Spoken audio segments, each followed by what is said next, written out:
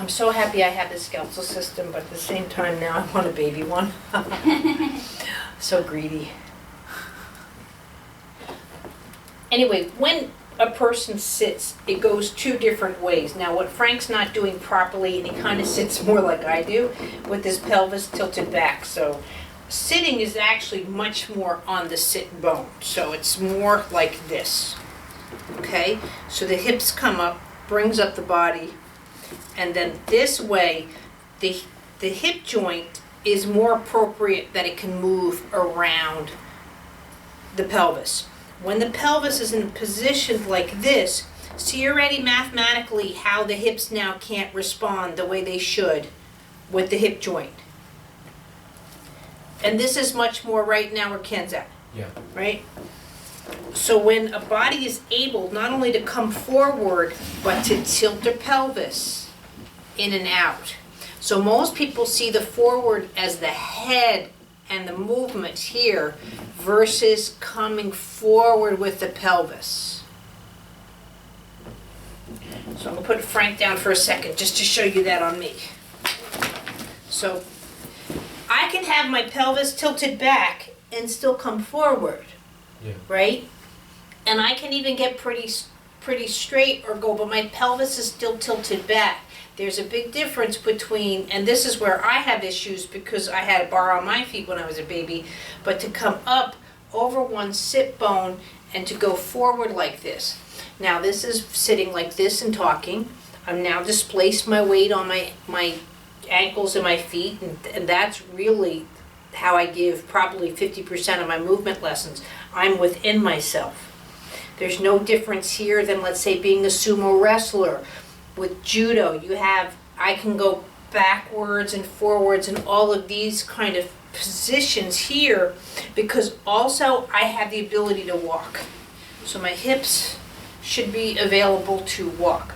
So when my hips are here, I have to come all the way over here just to get this hip to do something. So now my balance is gone here, especially if I'm a kid. I can go like this and balance, but a child has to go and lean. This is a very sophisticated way to counterbalance the system. This is an adult, so this is an adult function, this is a child's function. So we forget of what we're capable of doing and what a child's not capable of doing. Just like when I teach a seniors class, when I see someone walk like this, they can't get dressed anymore by standing up by themselves. They have to sit down. They have to go one step at a time. They can't just go down the steps like this anymore. And they can't hang anything up. So if you're asking that same guy who's now walking like this to put up the ornaments, it's not happening. Because it's just, I can tell just by the gait of what someone's conversation or movement conversation is capable of. So when they have a full gait, then they can do everything. I have a full gait, I can get dressed standing up. I don't need to even look at a handrail. I can go up and down stairs. But I do have a question later about this walking thing. okay. So when you're working with someone and sitting, you want to find a way, and it's not always easy because a child sometimes wants to get away and get around. I'll start with kids, because I can't normally do this with a full-grown adult. When I haven't met you, coming up and around you like this, the first date, you know what I mean? They're going to be like, who is this lady? I went to this appointment and she's sitting there giving me a hug. That being said, whether you're a good friend of mine or not, I don't have problems. This is what you need, but I want to establish that a relationship first. Same thing with the kids. If a kid just came to me, I'm not going to say, come here and sit on my lap. It's just too intimate. I don't mean intimate one, but just I'm invading your personal space. But what I'm doing is securing the vestibular. I also want to feel, I'm using my legs to see how that hip and pelvic is functioning. So if someone's really like this and on their sit bones, now this comes more so at CP because what it is the legs are very strong and it pulls through here. So that pulling makes where it used to be, so that's very hard for them to sit. That's where Ken was when he first started, right? So that's why I was so excited to see him all of a sudden back like this, because I know now this relationship is changing. So now at this point, I can start working on bringing him more over on the sit bone, okay? And that's where it's just hard to find the right ways of doing things. You can also see too here how the femur bends. So too, the kids with CP, because of the way that the muscles pull constantly on this bone starts to go very straight, which will also change the trajectory of this relationship. What muscles are pulling, or which direction are they pulling? They're pulling constantly in all directions. Ah. So that constant spasticity is pulling. See, when I like this, these muscles, let's say, are relaxed, maybe these muscles are more engaged. When I move, then maybe my glutes are more involved. You can feel this function as you move around your bones. Yeah. However, cerebral palsy usually means that the muscles are engaging like a skeletal system. So they're engaged all the time. The more I bring back the skeletal system to work, the more the muscles don't have to act like a skeletal system. Oh, okay. So that's where when I see this, people go, well, bend the elbow. Well, no, this to me is I'm trying to reach, and this is my idea of reaching. So I need to move the back around first, and now the shoulders around. Once the shoulders can go here, then I have more of the opportunity to start bringing in a more, quote, normal arm function. I'm not saying never do this. I can do this. But I can do this and stand up. I can't do this and stand up. Now I'm really throwing my system. So, but by bending the arm doesn't change the whole function of the system. I go after the function of the system, then I start going, come on, let's start joining the rest of the group. And that's really all my touch is I'm just going, come on. So again, now just because I can place Frank with the hips like this doesn't mean I can just place anybody's hips like this. You start getting into some funky things. Have that person had hip dysplasia? Does that person have hip replacement? Do they have a rod in their back? I mean, I can't change structural things. However, I can start at least introducing. So what I'm doing here, and usually you'll see me kind of hug a person, is what I'm doing is starting to tilt. You'll start seeing me bringing the right side, let's say, into, because that's a pre-walk. If I can shift to my right, now my left is free to do this, just like my body is. In this position, I can go like this, I can go like this. But if the child has spasticity, that individual function of the other leg has not developed. So I start tilting and tilting. Now I can only go so far if you're an adult, whereas like again I say the diaper factor, then I can actually go in, and what I actually like to do, and this is what I'm going to show you guys how to do it. I'm not going to get too cozy with you, but enough, is I start bringing that sit bone. So you'll see me actually start, my thumb will be behind, and then I bring that sitting up.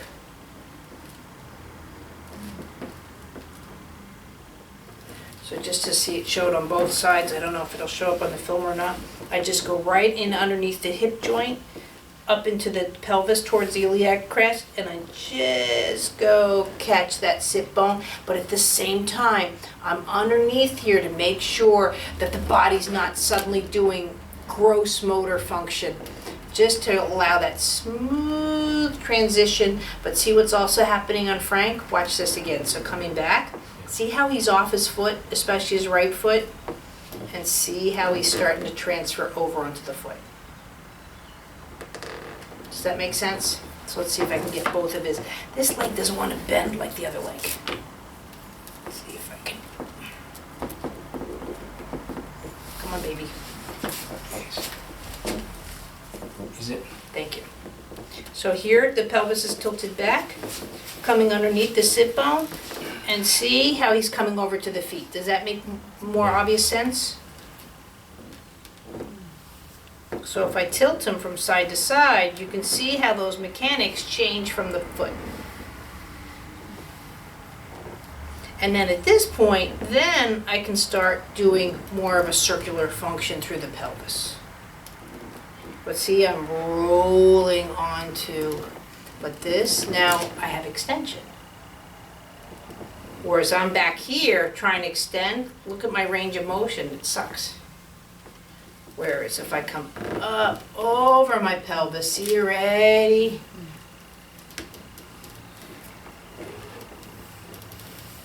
And here, see, reaching down here to grab something from my desk. But in this position, I can't pick up my pencil, so now I have to get up off the chair or I'm gonna fall. But if I just tilt my pelvis up and over, see the difference.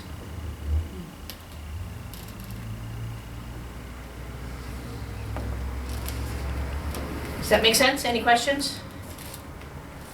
I'll put Frank away. Hope his feet What- are- Do you have, I mean, it's all really subtle. Right. If the kid is kind of like, no, like when you feel resistance, I mean, then what do you I go with it. Just go with it, okay, follow it, okay. There's no difference, but I'm trying to tell a horse to stop, what you're trying to do. What you have to do, first of all, I say this all the time. It's great to have nice, quiet children. That's just not how they function. It's not how they learn. It's just like what we were saying last class. You have a right to get mad.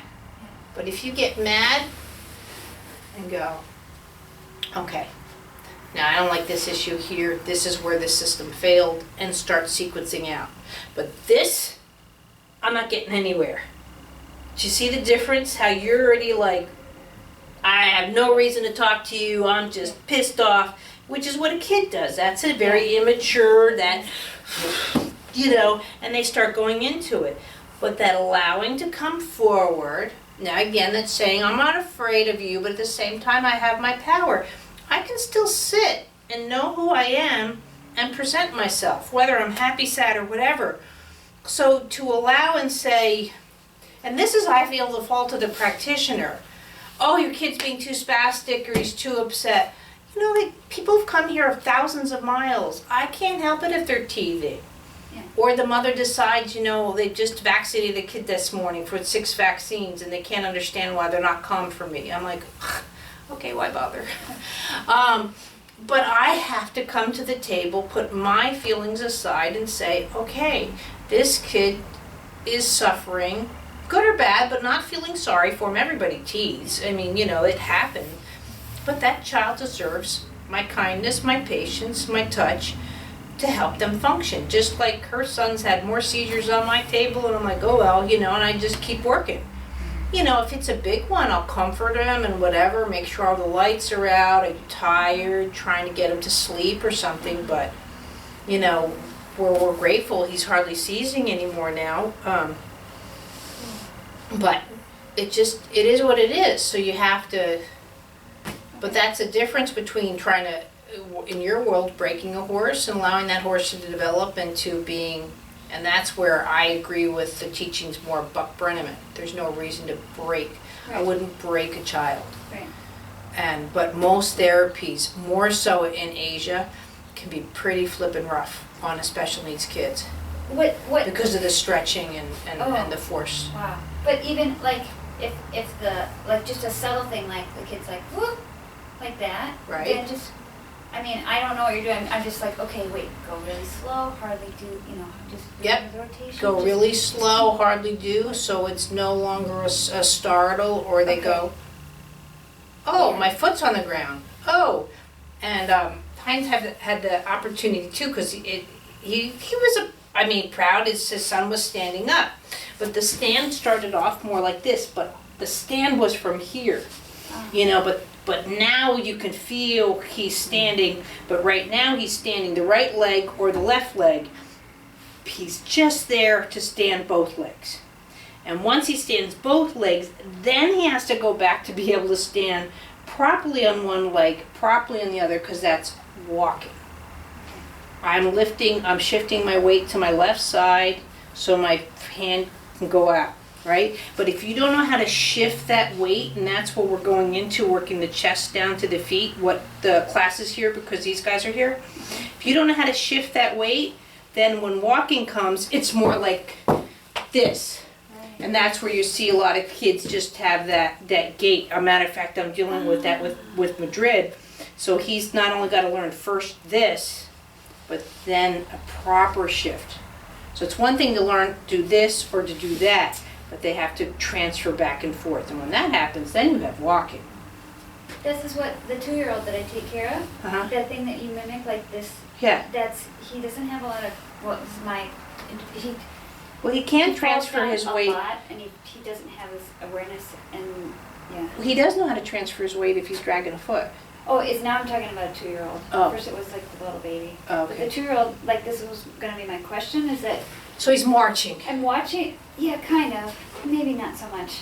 Maybe it's just, I don't know, like, I'm like, okay, is it because he's 2? He really develops his verbal skills, all this stuff, he's just sharp as a tack, and he has fallen down and crashed into so many things. Now his mom, like, won't let him walk down the Right. stairs independently. So Right. she's like holding his arm up like this. She's like, come on. And he's like, well, why should I? I can't even, you know. So in my little sneaky way, when we're at the playground, I say, you know, you can figure out how to get up this 1.5 foot wall. No. No? Tell me. Well, I'll be showing you more. Okay. If he was able to figure it out, he would have been doing it. Okay. That's Okay. where you need to have him shift the weight and Okay. stuff and do stuff like Okay. that and then to go Cool. into it. That's the biggest misconception from doctors all the way down. Okay. Well, he'll grow out of it. He'll Right. figure it out. And if he Well, doesn't, can I give him back to you? I mean, Yeah. my Graham had really abnormal labs. He failed a organic acid. His like benzoics was 200 times above normal. He was just, any protein, long chain fat, he was excreting from his system. So we got the emergency phone call looking at a fatty oxidation disorder and all of that. The guy goes, in my haste, we did 2 of these studies. One is normal, one's abnormal. Since it's so rare what we're looking at, I'm going to go with the normal one. And I'm going home going, I don't remember bagging him twice because he was a baby. He's 18 months. We had the tape, you know, and whatever to collect urine. And I started collecting labs back then, all of my hospital records. The good lab was from another kid. They filed it in my son's records. So I called up and said, you're diagnosing my son off of somebody else's labs. Oh, he looks so good to me anyway. He'll be talking in 5 months. What does that have to do with the labs?